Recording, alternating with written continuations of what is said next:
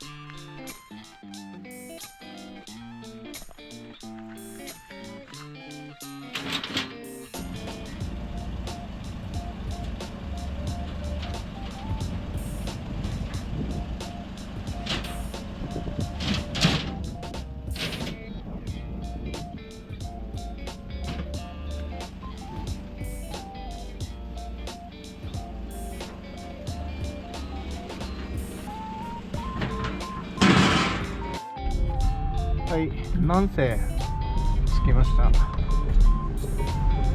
ょっと今から計量をしていきます。こういうのって。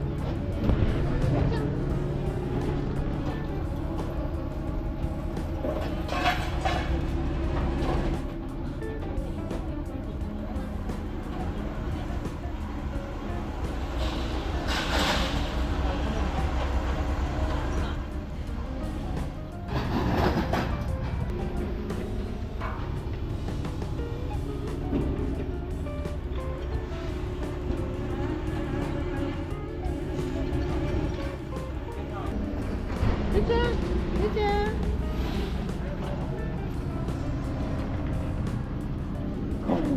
かわいい。かわいい。かわいいね。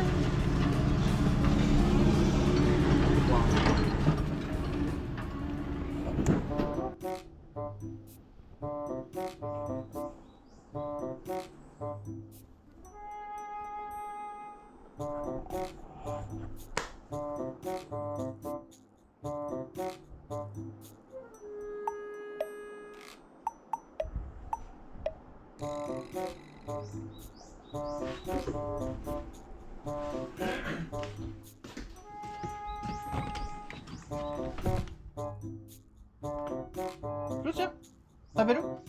食べる？クーロ食べる？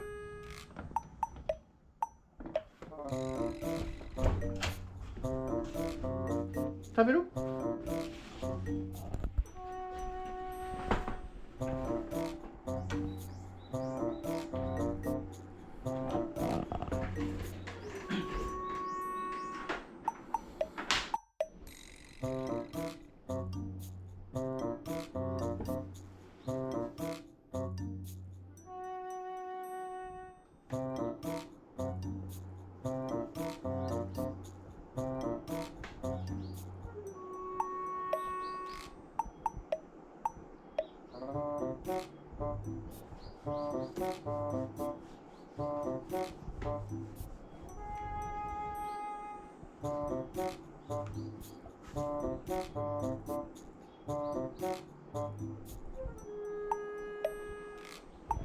うん。